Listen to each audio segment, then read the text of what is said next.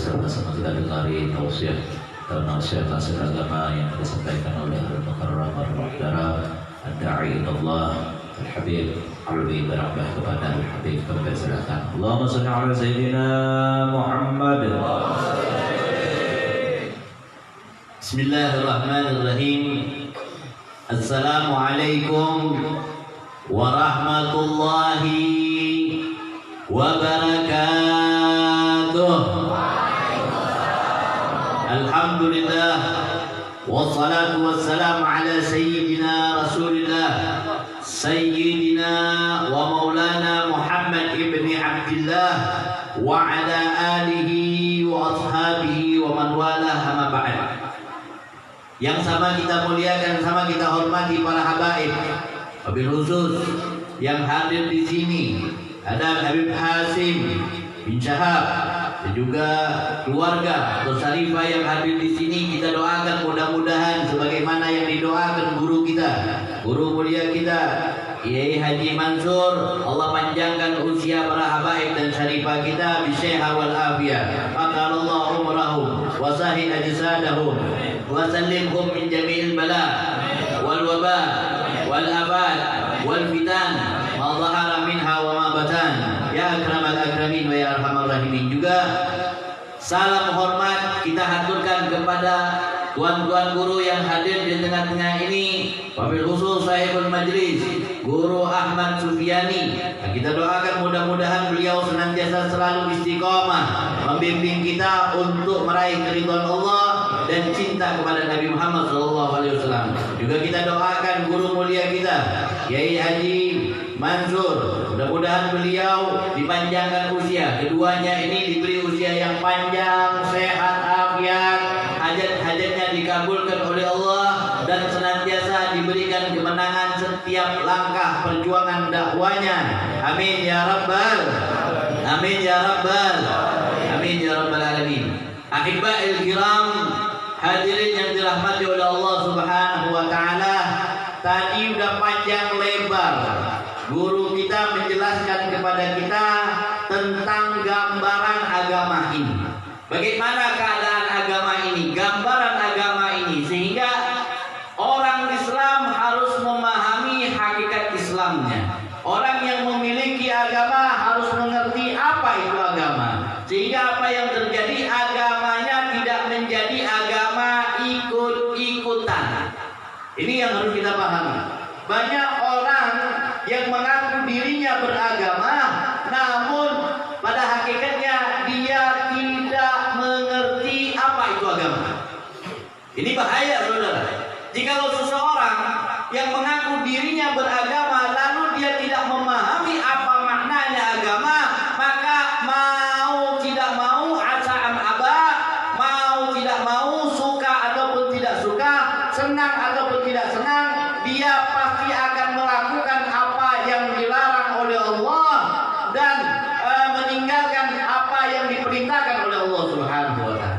Itu bahayanya.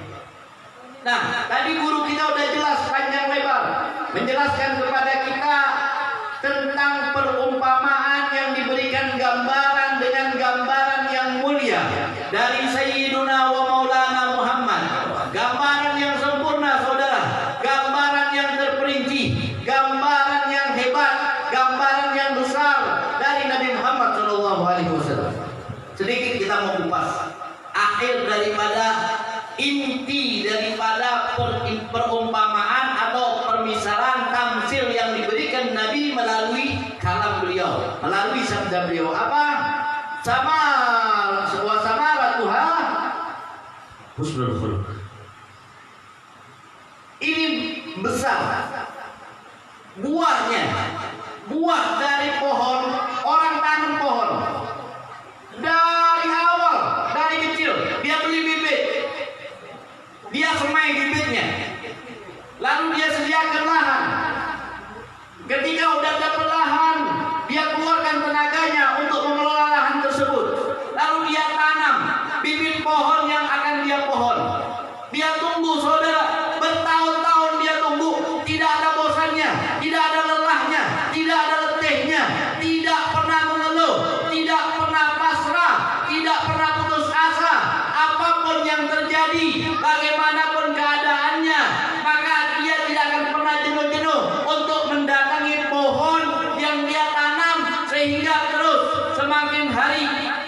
Semakin bulan, semakin tahun, ini pohon bertumbuh menjadi besar, terus menjadi besar, terus menjadi besar. Apa yang diharapkan?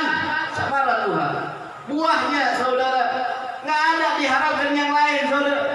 Dia tanam pohon, dia habiskan waktunya untuk memperlihatkan itu pohon, dia curahkan rasa cintanya kepada itu pohon, dia sayang itu pohon. Yang dia harapkan hanyalah buahnya. Lalu begitu saya mau tanya, pohon yang diharapkan apanya? Yang diharapkan apanya? Buahnya, saudara, buah. Sehingga pohon yang besar pun, pohon yang rindang pun, pohon yang bagus pun, yang begitu hijaunya, yang diingat oleh manusia. Ketika ada pohon rambutan yang diingat manusia, buah rambutan atau pohon rambutan? Ketika ada pohon durian yang diingat oleh manusia, buah durian atau pohon durian? Yang dicari manusia, pohon apa buah? Buah. Yang ditanya, ini musim apa nih sekarang? Nggak ada orang jawab, ini sekarang musim pohon berbuah rambutan. Ada nggak? Ada nggak? Nggak ada, saudara. Yang ditanya ketika bertanya berkaitan tentang musim, maka spontanitas akan menjawab musim langsat, musim dungu, musim rambutan, musim durian, musim cempedak, musim apalagi macam-macam musim deh. Iya nggak? Betul apa tidak? Betul apa tidak? Itulah keadaannya manusia, saudara. Kita sholat, kita puasa, kita hadir majelis taklim, yang kita harapkan dari tempat ini, setiap ada acara kebaikan kita hadir adalah buah dari hasil daripada majelis, buah daripada sholat, buah daripada puasa, buah daripada qiraatul Quran, buah daripada salawat kepada Nabi Muhammad sallallahu alaihi wasallam. Buahnya apa? Husnul khuluq, akhlak yang baik. Kita sholat, kenapa kita sholat? Agar kita punya akhlak baik. Kita diperintahkan puasa, untuk apa kita puasa? Agar kita punya akhlak baik. Sampai-sampai di zaman Nabi Shallallahu Alaihi Wasallam, suila Rasul Shallallahu Alaihi Wasallam, ada seseorang bertanya kepada Nabi Muhammad Shallallahu Alaihi Wasallam, an aksari ma yudkhilun nas al jannah. Seseorang ini datang kepada Nabi Muhammad, bertanya kepada Nabi Muhammad, ya Rasulullah, ya Rasulullah, apa penyebab seseorang ini banyak dimasukkan ke dalam surganya Allah Subhanahu wa Ta'ala? Apa amalannya? Apa penyebabnya? Ini sahabat bertanya seperti itu. Kepingin masuk surga, ya enggak? Bu, kita hadir majelis, kita hilangkan rasa letih, rasa lelah, rasa ngantuk, istirahat kita hilangkan. Kita duduk kepada ini majelis. Inginnya apa? Sur. Ingin masuk sur. Kita sholat ingin masuk sur. Kita puasa ingin masuk sur. Kita zakat ingin masuk sur. Kita haji atau umroh ingin masuk sur. Kita melakukan berbagai macam nawafil, hal-hal yang sunnah ingin masuk sur. Surga tujuan kita, saudara. Tidak ada satu manusia pun yang di dalam hatinya memiliki keimanan terkecuali tujuannya tertinggi ialah meraih surganya Allah Subhanahu wa Ta'ala, masuk ke dalam surganya Allah Subhanahu wa Ta'ala. Begitu halnya dengan sahabat. Maka sahabat ini datang kepada Nabi, saudara, bertanya kepada Nabi. Su'ila Rasul sallallahu alaihi wasallam. Su'ila Nabi sallallahu alaihi wasallam. Bertanya kepada Nabi sallallahu alaihi wasallam. Apa? An aksari, dari perkara yang banyak memasukkan orang, ini perkara yang banyak memasukkan seseorang ke dalam surganya Allah Subhanahu wa Ta'ala, ke dalam surganya Allah. Ditanya, apa ini? Apa halnya? Apa amalannya? Amalan apa? Maka Rasulullah jawab dengan dua: takwa wa husnul khuluq. Takwa, kalau kau mau masuk surga, yang pertama kau harus bertakwa. Kau harus bertakwa dulu. Takut kepada Allah, sebagaimana dijelaskan oleh guru kita tadi. Apa yang diperintahkan oleh Allah kita lakukan, apa yang dilarang oleh Allah kita tinggalkan. Senang atau tidak senang,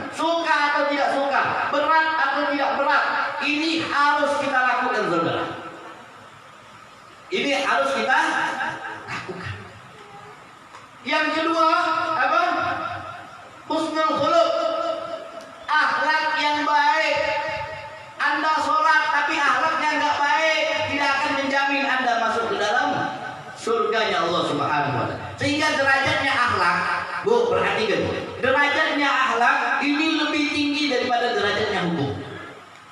Akhlak, derajatnya akhlak ini lebih tinggi daripada derajatnya hukum. Kok bisa, Habib? Satu orang datang kepada Nabi Sallallahu Alaihi Wasallam. Satu orang datang kepada Nabi, bertanya kepada Nabi, mengadukan perihal, satu perihal. Ya Rasulullah, inna imra'atan taqumul laila wa tasumun nahar. Bayangin. Ini orang bertanya kepada Nabi atau mengadukan sesuatu perkara kepada Nabi, wahai Rasulullah, ada seseorang wanita, dia ini rajin bangun malam, taqumul lail, rajin bangun malam. Setiap malam dia tahajud. Setiap nggak pernah tinggalin tahajud, terus tahajud. Wa tasumun nahar, bahkan di pagi hari tidak pernah dia meninggalkan puasa. Hampir setiap hari dia berpuasa. Hampir setiap saat dia tahan perutnya untuk tidak makan dan tidak minum. Walakin akan tetapi ya Rasulullah, tu'zi jiraniha bilisaniha. Tapi ini perempuan senang menjadikan tetangganya sakit hati. Tu'zi jiraniha, senang mengganggu tetangganya dengan apa? Lisannya. Ini sahabat, dikatakan ini sahabat, kalau nggak dipotong sama Nabi mau tanya. Dalam artian fi sawab, hal indahu sawab, hal indah sawab, apakah amalannya ini mendapatkan pahala? Kalau nggak dipotong langsung sama Nabi, ini sahabat mau lanjutkan seperti itu. Tapi mendengar demikian, waktu dijiraniha bilisaniha, belum sempat ini sahabat meneruskan perkataannya, Nabi langsung menjawab, la khaira fiha, nggak ada sama sekali kebaikan ibadahnya, nggak ada. Sholatnya nggak ada kebaikan, puasanya nggak ada kebaikan. Innaha finnar, sesungguhnya itu perempuan tempatnya di dalam nerakanya Allah Subhanahu wa Ta'ala. Bayangin, dia ibadah tapi tempatnya di nerakanya Allah. Kenapa? Karena ibadahnya tidak mengedepankan akhlak. Subhanallah. Akhlak ini tinggi, saudara. Akhlak ini hebat. Nggak ada yang bisa menyaingi ketinggiannya akhlak. Makanya Nabi Shallallahu Alaihi Wasallam dipuji oleh Allah Subhanahu Wa Taala dengan apa? Wa innaka la'ala khuluqin azim. Bayangin, kalau Allah mengatakan wa innaka khuluqun azim, ini udah tinggi. Tapi menunjukkan bahwa akhlak ini adalah peringkat yang paling tinggi, maka Allah tambah dengan kalimat la'ala, berada di atas, saudara, bukan sembarangan. Nabi kalau diumpamakan saja, ibaratnya Allah mengatakan wa innaka khuluqun azim, sesungguhnya engkau wahai Muhammad memiliki akhlak yang agung, yang mulia. Ini sudah menunjukkan tingginya derajat Nabi Muhammad SAW. Tapi Allah ingin menunjukkan tingginya derajat akhlak, yang mana Nabi berada di ketinggian, di derajat yang paling tinggi di sisi Allah, sehingga ditambah dengan kalimat la'ala. Engkau berada di atas. Bayangin, berada di atas. Sesungguhnya engkau berada di atas akhlak yang paling agung. Maksudnya apa? Ini gambaran kalau kita mau memiliki derajat yang tinggi di sisi Allah, maka kuncinya adalah akhlak. Akhlak. Tapi dikatakan apa? Akmal mu'minin imanan ahsanuhum akhlaq. Ya. Mukmin ini dikatakan sempurna keimanannya mukmin kalau akhlaknya sempurna. Kalau akhlaknya nggak sempurna maka dia tidak dikatakan mukmin yang sempurna, saudara. Makanya Nabi mengatakan apa? Ini visi misinya Nabi. Visi misinya Nabi apa? Innama bu'istu liutammima makarimal akhlak. Sesungguhnya aku diutus tidak ada lain dan tidak bukan kecuali untuk menyempurnakan akhlak. Ini visi misinya Nabi. Makanya nggak ada perang yang paling hebat, perang yang paling ditakuti oleh musuh, perang yang paling dikhawatirkan musuh terkecuali perang akhlak, perang jihad. Kayak tadi dikatakan guru Mansur, jihad. Apa itu jihad? Ini kadang-kadang orang salah persepsi menanggapi kalimat jihad. Coba bayangin, Bu, Pak, Nabi setelah perang Badar Nabi ditanya sama sahabat datengin Nabi. Sayyidina Abu Bakar datengin Nabi, Sayyidina Umar datengin Nabi, Sayyidina Utsman datengin Nabi, sahabat-sahabat yang lain datengin Nabi, bertanya kepada Nabi, berkata kepada Nabi, ya Rasulullah, raja'na min jihadil akbar. Dalam riwayat yang lain mengatakan qad raja'na. Sungguh kita ini sudah pulang dari peperangan yang paling besar. Peperangan yang paling besar. Tapi mengatakanlah qad raja'na min jihadil asghar. Perang yang paling terbesar adalah perang Badar. Perang yang paling hebat adalah perang Badar. Pertempuran yang paling dahsyat adalah pertempuran perang Badar. Kok bisa? Satu, peristiwa itu terjadi di Ramadan. Umat Islam dalam keadaan puasa. Saat perang semuanya puasa.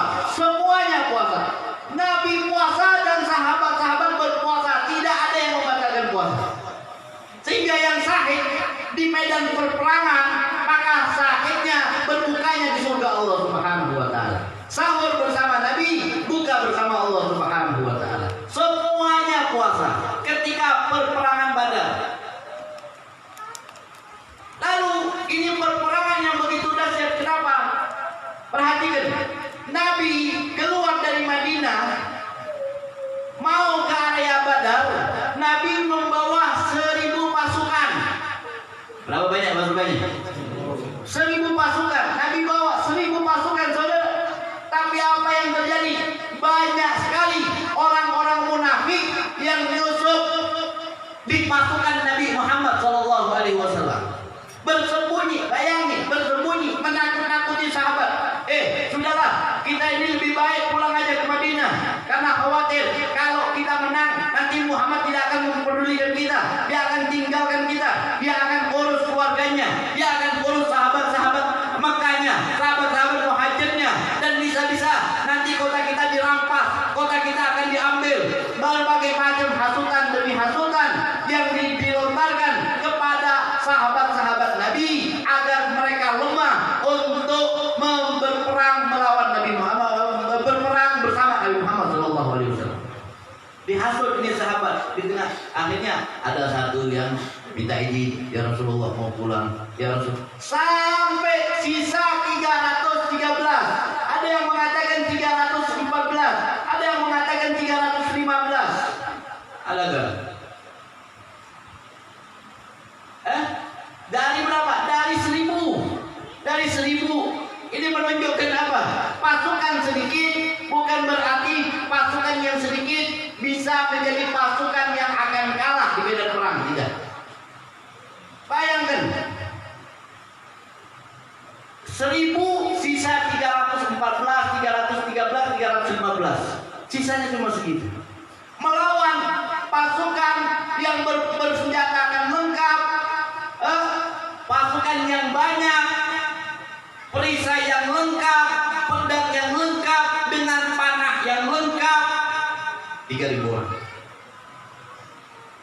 Berapa? 3.000.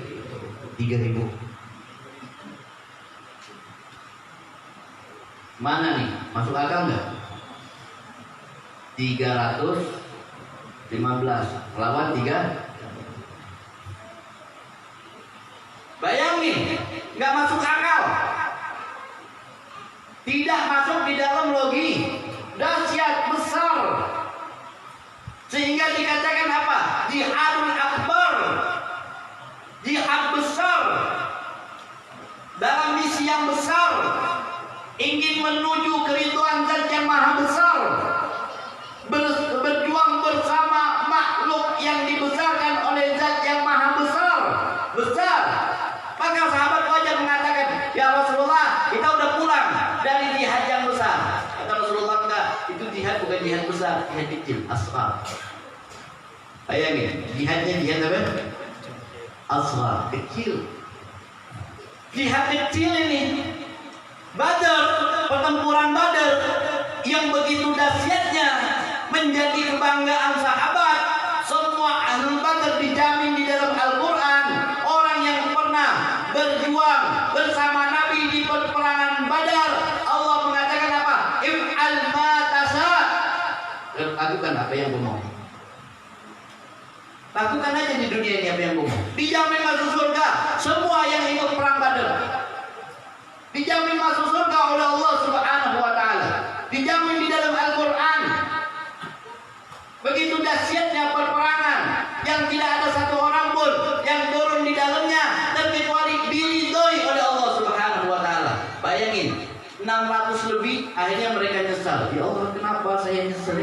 Kenapa saya mudah tertipu daya oleh mereka ya? Kenapa saya mudah terbisikan oleh mereka ya? Kenapa saya mudah terhasut oleh mereka ya? Kenapa saya harus pulang ke Madinah? Kenapa enggak berjuang di belakang Nabi Muhammad? Kenapa harus meninggalkan saf daripada pasukannya Nabi Muhammad? Kenapa saya harus mundur? Mereka nyesal. Apa yang menyebabkan mereka menyesal? Karena mereka tidak mendapatkan pujian demi pujian terhadap ahlul Badar dari Allah yang Allah maktubkan di dalam Al-Quranul Karim. Dari awal diturunkan itu ayat sampai hari kiamat. Subhanallah. Bayangin, nyesel.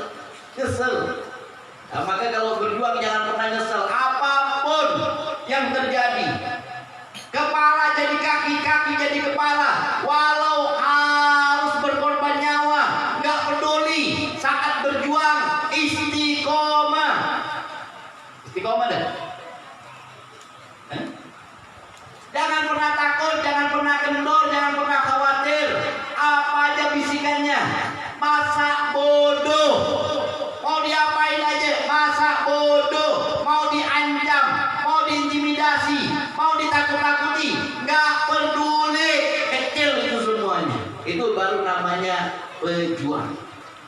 Itu baru namanya pejuang. Jangan jadi orang yang menyesal. Jangan menjadi orang yang menyesal. Menyesalnya di mana?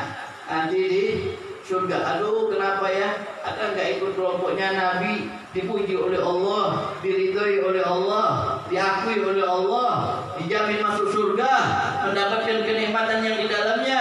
Aduh, kenapa?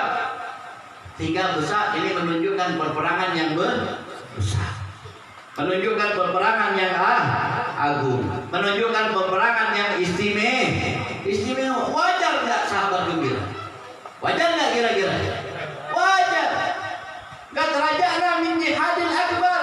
Nabi mengatakan la raja'na min jihadil asghar, bukan akbar, asghar ila jihadil akbar. Raja'na min jihadil asghar ila jihadil akbar. Kita ini telah datang dari peperangan yang paling kecil, yang paling apa? Yang paling kecil menuju ke peperangan yang paling besar. Sahabat tanya, apa ada lebih besar lagi daripada ini peperangan ya Rasulullah? Ada. Apa ya Rasulullah? Perang melawan hawa nafsumu. Perang melawan hawa nafsu. Perang melawan dirimu untuk berakhlak-akhlaknya Nabi Muhammad. Nafsu nggak senang kita berakhlak dengan akhlaknya Nabi Muhammad. Nafsu ingin kita bebas, nafsu ingin kita suka-suka kita,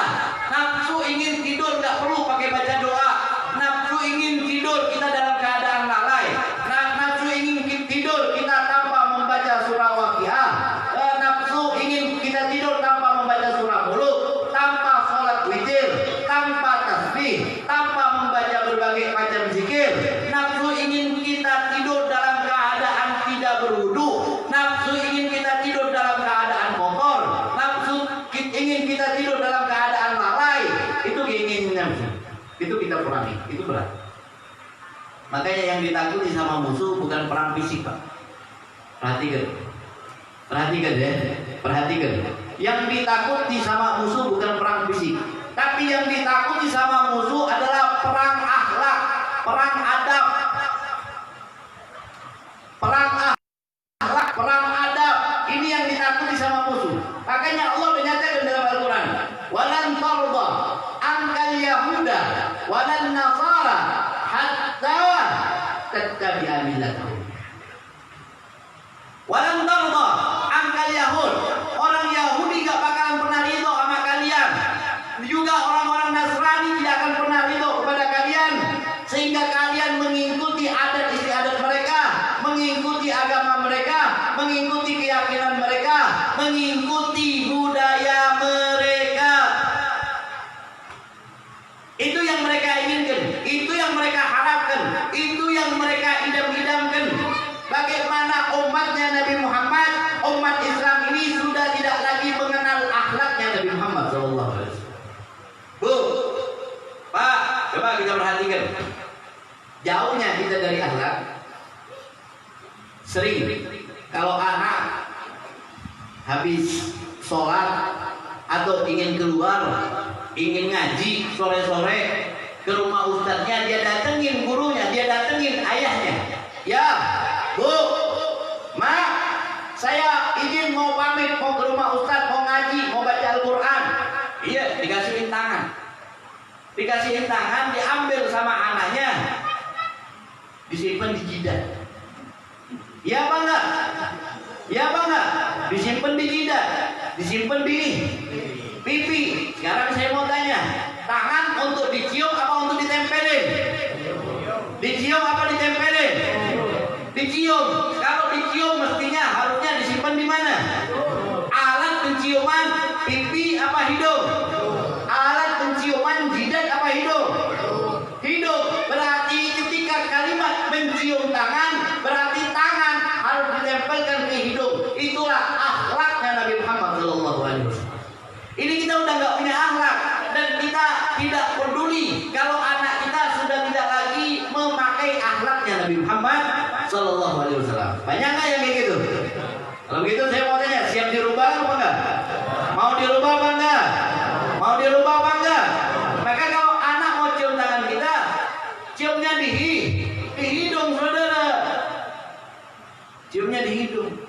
Nah, orang-orang Yahudi, orang-orang Nasrani dia udah bangga dah. Alhamdulillah ini sudah. Orang udah nggak tahu lagi adab dengan orang tua. Orang udah nggak tahu lagi adab dengan guru. Orang udah nggak tahu lagi adab dengan ustaz. Nggak tahu lagi adab dengan kiai. Kenapa? Ya sama aja. Cium tangan emaknya di jidat, cium tangan kiai di jidat, cium tangan ustaz di jidat. Akhirnya nggak dapat berkah dari orang tua, nggak dapat berkah dari guru, nggak dapat berkah dari kiai, nggak dapat berkah. Hadir majelis tapi masih durhaka. Iya apa enggak? Iya apa enggak? Sebabnya apa? Sebabnya apa? Tidak memiliki hadir pengajian tapi masih melawan orang tua. Hadir pengajian tapi males sholat. Hadir pengajian tapi masih balas baca Al-Quran. Hadir pengajian masih senang maksiat. Kenapa? Karena akhlaknya sudah nggak ada. Ini yang harus kita rubah. Ini yang harus kita perhatikan. Ini yang harus kita ganti. Ini yang harus kita lawan.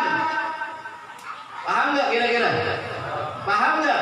Kenapa adanya majelis? Adanya majelis untuk merubah akhlak yang mazmumah, berubah menjadi akhlak yang mahmudah, akhlak yang tercela menjadi akhlak yang terpuji. Kalau gitu saya mau tanya, siap menjadi akhlak yang terpuji? Siap menjadi akhlak yang terpuji? Mau berakhlak dengan akhlak yang terpuji? Takbir. Sallu ala Nabi. Nah, perubahan itu namanya revolusi. Jadi revolusi bukan perang. Jangan mau ditakut-takuti sama orang-orang yang hatinya rusak. Revolusi, hati-hati dengan kalimat revolusi. Pak Presiden menyatakan revolusi Revolusi men, revolusi. Pak Jokowi dia suruh kita untuk revolusi mental. Revolusi mental bikinannya orang yang tidak mengakui adanya Tuhan. Sedangkan revolusi akhlak yang membawanya adalah Nabi Muhammad. Sekarang saya mau tanya, mana yang lebih mulia? Revolusi akhlak apa revolusi mental? Revolusi akhlak apa revolusi mental? Bagus revolusi akhlak apa revolusi mental? Kalau begitu saya mau tanya, siap revolusi akhlak? Siap revolusi akhlak? Siap revolusi akhlak? Angkat tangannya, takbir, Allahu Akbar. Sallu ala Nabi Muhammad. Paham apa enggak? Ya. Rubah akhlak dari akhlak yang jelek menjadi akhlak yang baik. Akhlak yang baik. Anak bakti sama orang tua. Bagus apa tidak? Bagus apa tidak? Anak yang tadinya enggak sholat jadi rajin sholat. Bagus apa tidak? Anak yang tadinya enggak tahu pakai peci senang pakai peci. Bagus apa tidak? Itu namanya revolusi akhlak. Dari jelek menjadi baik. Dari jelek menjadi bagus. Dari tidak memiliki sopan santun menjadi memiliki sopan santun. Dari tidak taat menjadi taat. Kira-kira seperti ini ditakuti atau dicintai? Ditakuti apa dicintai? Ditakuti apa dicintai? Sallu ala Nabi Muhammad. Jadi nggak perlu takut. Jadi nggak perlu takut karena kita akan menghidupkan apa yang dihidupkan Nabi Muhammad SAW. Menjalankan apa yang dijalankan oleh Nabi Muhammad, sedikit pun tidak akan bergeser. Biar orang mau fitnah apa, mau caci maki, mau apa saja terserah, biar. Yang penting kita berjalan di jalannya Nabi Muhammad SAW. Yang penting kita berada di keadaannya Nabi Muhammad SAW. Yang penting kita berdiri di pendiriannya Nabi Muhammad SAW. Maka insya Allah kita akan mendapatkan kebahagiaan di dunia dan akan mendapatkan kebahagiaan di akhirat. Amin ya rabbal. Amin ya rabbal. Amin ya rabbal. Ini yang dapat saya sampaikan, kurang lebihnya saya mohon maaf. Assalamualaikum warahmatullahi wabarakatuh.